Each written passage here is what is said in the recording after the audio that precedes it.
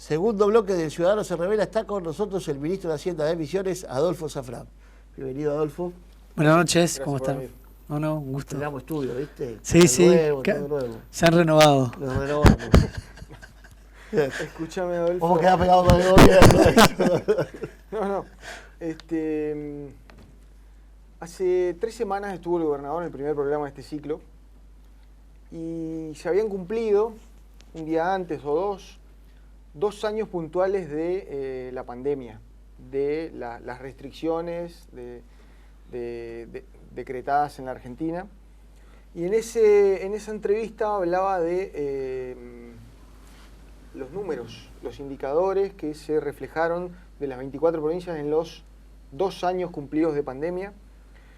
Y comentaba algo que para muchos pasa de largo así nomás, pero es importante volver a rescatarlo, me parece, y con algunos datos capaz que nos puedes ayudar, que tiene que ver con el desempeño que tuvo la provincia en 2 temas claves, y seguramente tendrás más información de uno de los 2 temas. Uno es salud, que bien el gobernador fue ministro, es médico, está a cargo de la política de salud de la provincia, se explayó mucho en eso, y el otro era en la economía, porque en esos 2 años Misiones fue la provincia que tuvo el mayor crecimiento de empleo privado, no público, privado, el mayor crecimiento en los niveles de consumo, recaudación ni hablar, siempre se decía, la recaudación crece porque está cerrado el puente, pero no, el puente se abrió ya desde diciembre y la recaudación sigue en niveles importantes.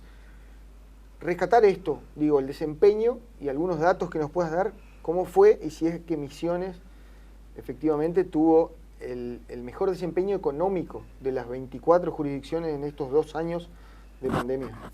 No, a ver, creo que son dos datos que es bueno tener, ¿no? Primero, lo que es la coyuntura, cómo fue el desempeño de la economía misionera en los 2 años de pandemia, lo que vos estás preguntando, que sin duda alguna Misiones lideró en muchos aspectos, creación de puestos de trabajo en los 2 años, del 2019 al 2021, crecimiento de 8%, el empleo privado de Misiones contra 1% a nivel país. Misiones fue la provincia que más lideró la creación de empleo privado registrado, no empleo privado total, sino solamente registrado el formal, el que se dice en blanco, ¿no? Indicadores de venta de despacho de cemento, indicadores de creación de puestos de trabajo en el sector de la construcción, patentamiento de motos, patentamiento de vehículos. Cuando uno mira todos esos indicadores, Misiones estuvo al tope del crecimiento en su actividad económica, que tuvo mucho que ver con esta gran sabiduría que tuvo el gobernador de la provincia, con el conductor del espacio político, el ingeniero Rovira, de cuidar los 2 aspectos, la salud y la economía, que no en todos lados se hizo así, y entonces la verdad que paso a paso se fue cuidando indicadores de salud con muy bajos casos fatales en el caso de coronavirus, y con indicadores muy buenos de economía. Pero el otro dato que por ahí también me gusta referirme mucho es a cómo es la economía en general de Misiones, o sea, cómo es de sólida la economía de Misiones respecto de cualquier otra provincia del país, y ni hablar del norte argentino, ¿no? Misiones, cuando hablamos del NEA, es la provincia que tiene más cantidad de empleados registrados. Con igual cantidad de habitantes que Chaco, que Formosa, a Formosa lo duplicamos, pero tenemos cantidades similares de habitantes que Corrientes o Chaco, sí. Y tenemos arriba de 110.000 trabajadores registrados privados contra 70.000, esos 76.000 que tienen Chaco o Corrientes. Misiones lidera las exportaciones del NEA. El 40% de las exportaciones del NEA las hace Misiones, y Misiones es la primera provincia en millones de dólares que exporta. No por nada es la octava economía del país en cuanto a su tamaño y a su producción. El sector forestal, por ejemplo, la industria forestal triplica en cantidad de empleados a provincias vecinas. Tenemos una industria forestal muy bien desarrollada y que va de la mano de políticas públicas que fomentan la inversión de empresas, que fomentan la reinversión, que fomentan que vengan nuevas empresas, y también el sector privado que trabaja en conjunto con el sector público en esta sinergia público-privada, donde el misionero, que por su naturaleza es emprendedor bueno, arremete hacia adelante, siempre está trabajando en nuevas iniciativas, hace que seamos realmente una provincia con mucho potencial, ¿no? Y bueno, y ahora mirando ya más allá, ¿no? Cuando uno mira, bueno, el desarrollo, por ejemplo, de la ruta, Misiones es una provincia que tiene la mayor cantidad de kilómetros de rutas por kilómetro cuadrado. Cuando uno compara en todo el país, hoy ningún pueblo de Misiones tiene acceso aterrado, todos ya tienen acceso asfaltado y hay muchas conexiones que vinculan a los sectores de la producción que se encuentran con rutas provinciales asfaltadas, algo que no se repite en provincias vecinas o de otros puntos del país. Lo que pasó con los incendios es otro ejemplo claro, ¿no? La estructura que tiene Misiones para combatir los incendios, para haber tenido una sequía, al igual que tuvieron provincias vecinas, y sin embargo acá con mucho mayor control, bueno, justamente en beneficio de los productores misioneros, ¿no? Hoy leíamos de Visiofarma. ¿Visiofarma ya está trabajando? Visiofarma está trabajando, sí. El proceso de producción de cannabis es un proceso que lleva ir agregando valor, donde hay que hacer inversiones para mejorar inclusive el tipo de producto que se quiere ofrecer, pero ya se la están haciendo y la verdad que viene avanzando realmente a pasos muy agigantados. Si hay alguno por ahí que no identifica de qué se trata, Visiofarma es la empresa del Estado cannabis, encargada de elaborar y producir cannabis, aceite medicinal de cannabis. Sí, que está autorizado, ¿no? Que está autorizado para uso medicinal. ¿Ya está vendiendo? No, todavía no, porque estaba en proceso, creo que estaba en proceso de habilitación de los últimos depósitos, las últimas partes de la fábrica, ¿no? Adolfo, te quiero preguntar por el acuerdo con el Fondo Monetario Internacional, que en el gobierno nacional desató una guerra entre integrantes del propio gobierno, pero yo lo que quiero saber es a Misiones, a los misioneros, ¿qué efecto les genera? ¿Nos van a ajustar, nos van a quitar beneficios la nación para pagar esa financiación de la deuda? ¿O fue conveniente acordar porque se refinanció la deuda en cuotas más accesibles y en vez de pagarle se puede tener más plata en las provincias? ¿Cuál es el efecto que tenemos nosotros en Posadas, en Iguazú, en Oberá, en el interior, de ese acuerdo que se aprobó en el Congreso y que está en marcha? Bueno, en primer lugar, la primera pregunta creo es si convenía hacer el acuerdo o no. Sí. Y bueno, vayamos un poquito antes. A ver, creo que el gran error fue haber tomado un crédito con el Fondo Monetario, o sea, eso sin duda alguna. Sí. El paso posterior, que era se arregla o no se arregla, ya estaba el problema, a ver cómo lo solucionamos, ¿no? Sí, era un acuerdo para pagar la deuda. Claro, es un acuerdo para pagar la deuda, pero si no se arreglaba con el fondo, si no hay acuerdo, el efecto inmediato es que lo primero que ocurre es que se te cierran todos los accesos a los financiamientos de los organismos multilaterales, Banco Mundial, el BID, Fonplata, la Corporación Andina Fomento, que son organismos que prestan a la Argentina dinero para obras de infraestructura de agua, de cloacas, obras viales, a un crédito a una tasa muy baja, y eso se te corta todo. Al tener una situación de default con un organismo multilateral como es el Fondo Monetario, y no encontrarse en mora significa el cierre del acceso a este financiamiento, donde hay muchas obras y misiones, las obras de cloacas, la ruta costera 2 que se está haciendo de Azara a Concepción, por dar ejemplo de obras viales que hoy tienen financiamiento de CAF o financiamiento del BID, y que esas obras se cortarían inmediatamente, ¿no? Entonces había que arreglar, el problema ya estaba, el problema fue haberse endeudado con el fondo, bueno, ahora había que arreglarlo. El arreglo con el fondo exige un acuerdo a mediano plazo de un ajuste fiscal, de ir reduciendo el déficit, que ese en realidad es el tema central, ¿no? De ir ajustando el déficit para llegar a un equilibrio fiscal a un mediano plazo, ¿no?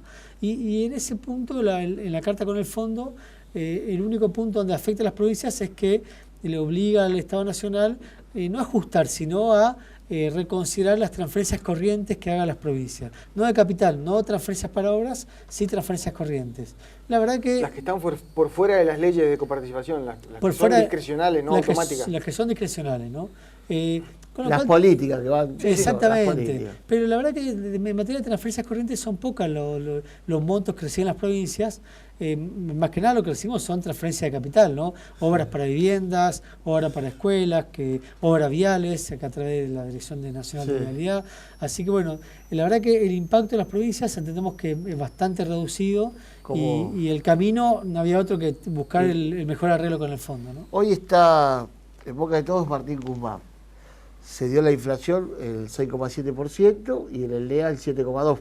Sí. Ahora, en la locura que hay en el Frente de Todos interna, teóricamente la inflación que viene por los precios estaría a cargo de Feletti. Y le echan la culpa a Martín Guzmán. ¿Cuál es decir, hay un plan económico del gobierno o al menos hay un norte o es como dice otro sector del Frente de Todos, es que no hay plan? A ver, no. Y del lado del macrismo también, ¿no? Por supuesto. Plan económico hay. Lo que pasa es que cada plan económico que hemos tenido en la Argentina prioriza determinados objetivos.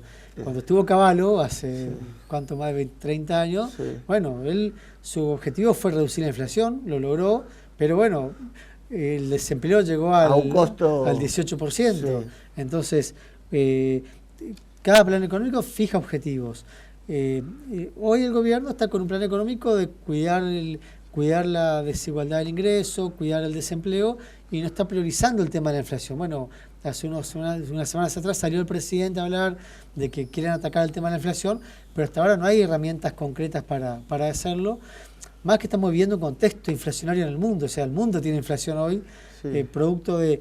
Creo que la inflación hoy tiene dos causas fundamentales, ¿no? Primero que durante el año 2020 todos los países, todos los bancos centrales salieron a emitir para sostener la economía. Había que inyectar la pandemia. Circulante para que la economía se sostenga. Me acuerdo que lo hemos hablado en más de un programa con ustedes acá. Estados Unidos tuvo esta semana la mayor inflación en 40 años. Reino Unido también. Claro, y para un norteamericano 7% anual de inflación es un desastre. Claro, acá estamos entrenados. 10% Inglaterra. Por eso, estamos hablando de inflación casi cercana a los 2 dígitos, ¿no? En el mundo.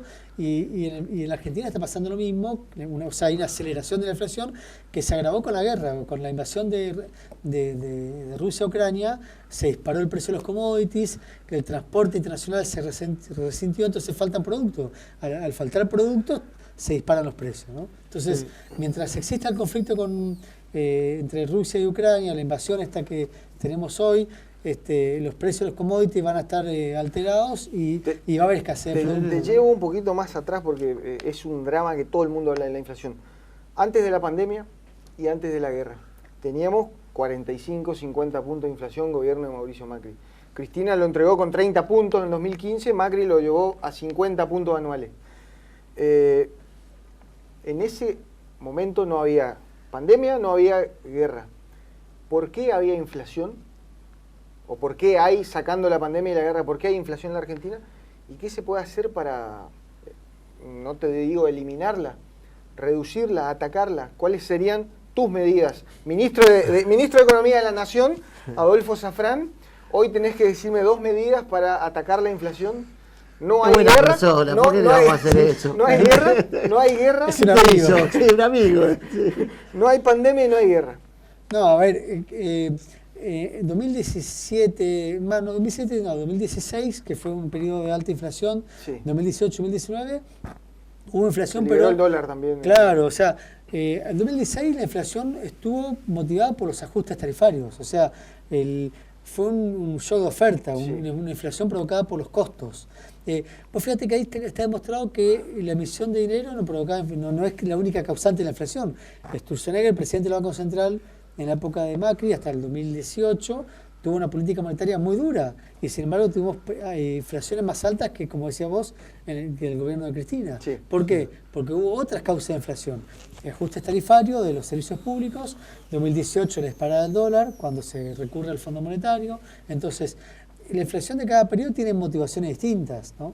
Sí. Hoy controlar la inflación en este contexto en este conflicto bélico es complicado porque estamos influenciados por factores exógenos que son el precio de los commodities. ¿Cómo evitas hoy el barril está a Sí, claro. 120 dólares. Eso te impacta en el precio del combustible. La harina, el trigo se disparó, te impacta en el precio de la harina. Por más que le busque la vuelta con Hasta el café fideicomisos. hablábamos fuera de cámara. Claro, entonces hoy los precios de los productos se disparan, que tal vez con el fin del conflicto bélico se vuelvan a la normalidad, ¿no? Entonces, Sí. bueno, eso también va a ayudar a que el proceso de inflación se normalice y vuelva a valores un poco más razonables para todos, ¿no? Hay una nueva moda política, para mí que va a durar poco tiempo, que se llama Javier Milei.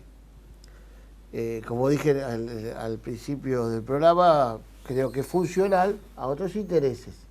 Pero dentro de todo su discurso hay dos cosas que llaman mucho la atención. No lo de anarcocapitalista, porque eso es una pavada, sino el tema de eliminar el Banco Central y dolarizar la economía. ¿Cuál es tu visión de eso? ¿Y es posible un país sin Banco Central? Y ningún país lo tiene, o sea, ningún país funciona sin Banco Central porque justamente es el ente que regula, primero el dinero, que es el medio de pago que tenemos los habitantes de un país, controla los bancos. Están relacionadas las dos cosas, ¿no? Porque al eliminar, adoptás la moneda norteamericana como la moneda y no necesitas más Banco Central. Y si, por ejemplo, Ecuador, que tenía moneda de dólar, tenía Banco Central igual. Claro, porque ¿quién controla los bancos? ¿Quién controla las transacciones internacionales, la balanza de pagos? Ahí tiene que haber una autoridad monetaria que se ocupe de eso, ¿no? Sí. Creo que son las afirmaciones que va haciendo como para marcar para impactar. Pero escuchaba esta semana que ya había salido a retractarse de eso porque, bueno, cuanto uno más alejado está de la posibilidad de llegar al poder, Claro. más El a lo que teorema hace. de Baglini, Sí. Es así. Entonces, creo que está moderando alguna parte del discurso porque si no... Ahora, cuando un liberal se autodenomina liberal y está cerca de políticas, es decir, que uno sabe que la gente pasa a ser un segundo lugar, ¿cómo es que puede tener un grado de adhesión más allá de la moda? Bueno, Porque la gente no entiende la economía. Puede ser, también puede ser, debe estar acompañado también de algún tipo de desencanto que hay con la gestión de gobierno, con los partidos tradicionales que hoy están en boga. Él creo que representa también a la antipolítica, ¿no? Representa, uno lo escucha, dice, bueno, está en contra del Estado, está en contra bueno, pero el Estado te provee los medicamentos, el servicio de salud.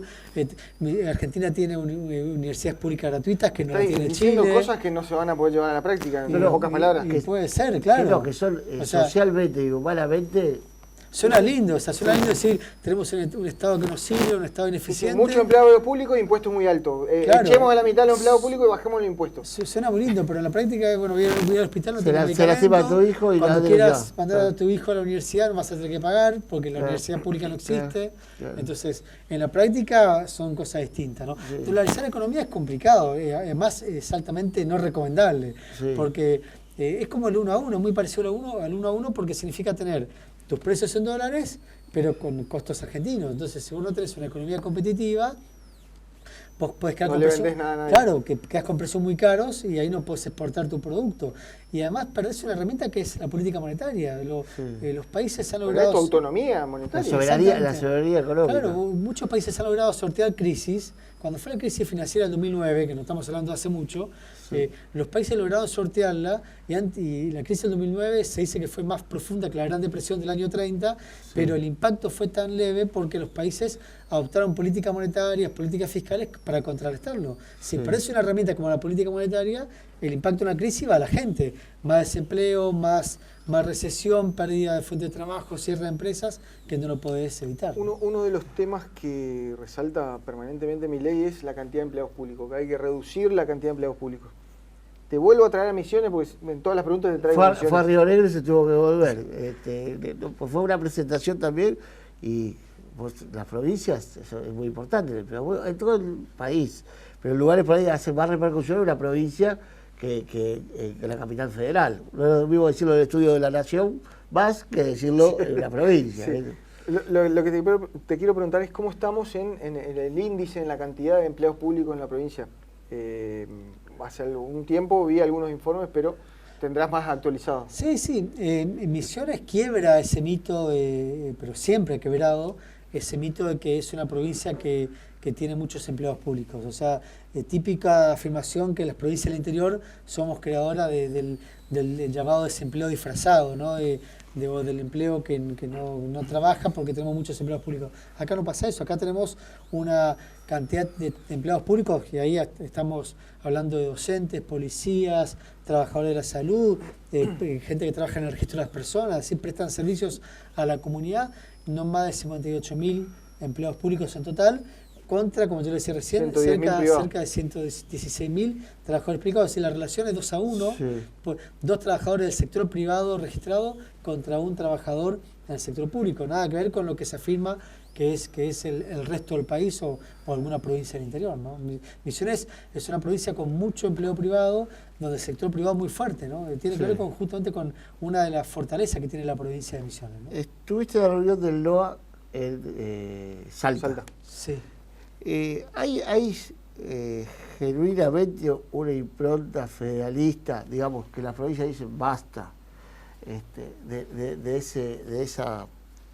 ese pozo que se traga los fondos de todos, que es el AMBA, porque después de la reunión de ustedes se reunió la región centro con Schiaretti, Bordet y Perotti, y Schiaretti le dio para que tenga, para que guarde, se soltó. ¿Hay ese cansancio, ya ese hartazgo? Hay mucha coincidencia. Cuando me toca participar de todas las reuniones de la Junta de los Gobernadores, de los 10 gobernadores, y la verdad que hay mucha coincidencia en los 10 gobernadores que inclusive pertenecen a espacios políticos distintos, de que hay que defender el federalismo del interior, del norte argentino, con políticas propias del norte, ¿no? Creo que también, como decís, cansado, ¿no? de que todas las políticas del Estado Nacional se concentran en el Gran Buenos Aires en perjuicio del interior, ¿no? Uno habla del transporte urbano, del subsidio al transporte como un ejemplo emblemático, las tarifas de luz, que el costo en Buenos Aires es mucho más barato que el costo en el interior, o el subsidio al gas, que lo tiene Buenos Aires, y acá no tenemos el subsidio a la energía, pero hay muchas, ¿no? Hay muchas más cuestiones.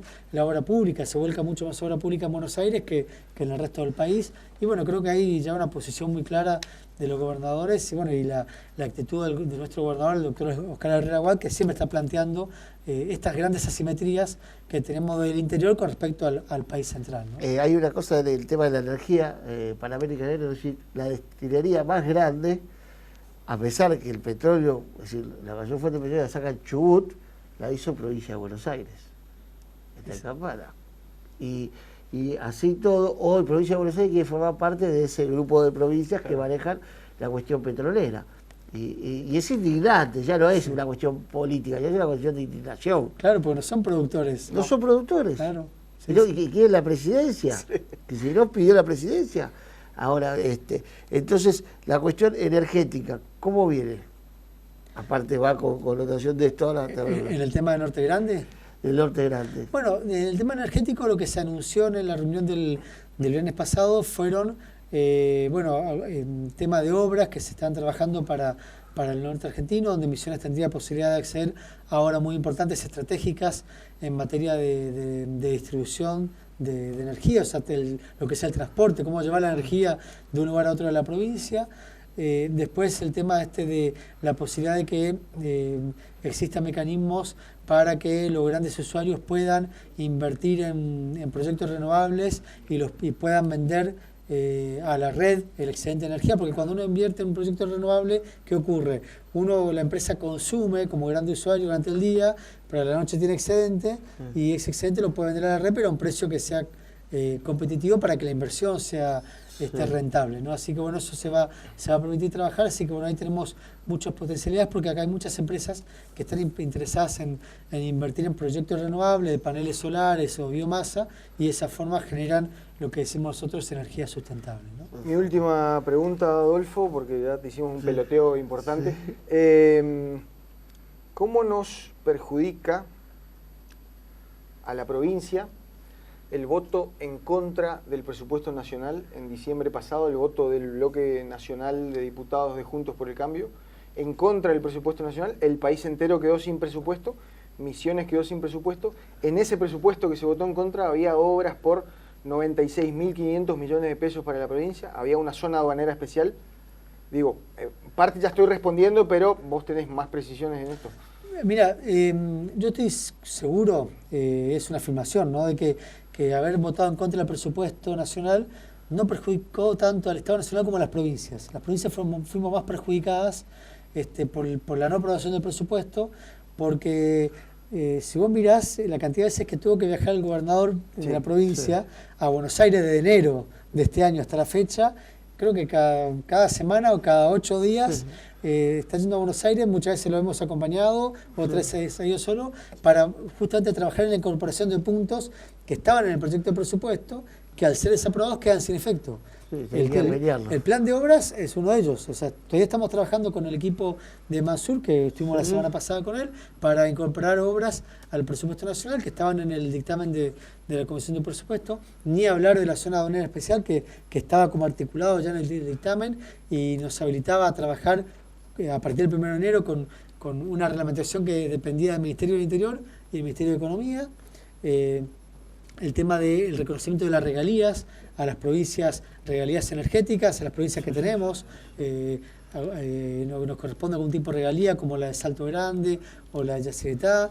El tema de refinanciar las deudas con Camesa, también las provincias teníamos esa posibilidad. Bueno, ahora ya lo estamos trabajando para ver cómo lo podemos solucionar y compensar con lo que nos deben por regalías, pero son todas cuestiones que se han ido solucionando o han ido destrabando semana a semana con estas gestiones que han hecho los gobernadores y en el caso de Misiones nuestro gobernador. Así que lamentablemente esta actitud que han tenido los diputados de Juntos por el Cambio, Martín Arjol, Alfredo Schiavoni y Florencia Clipauca, la verdad que fue lamentable porque han votado contra los intereses de los misioneros, no de contra el Estado Nacional, sino que perjudicaron a los misioneros con esta decisión, ¿no? Con la agenda porteña. Tal cual. Gracias, Adolfo. Muchas gracias, Adolfo, por haber venido. ¿Me lo puedo llevar? Sí, Esta es suya. Esta vez sí. Nos vamos a un corte y ya viene Momento Militante.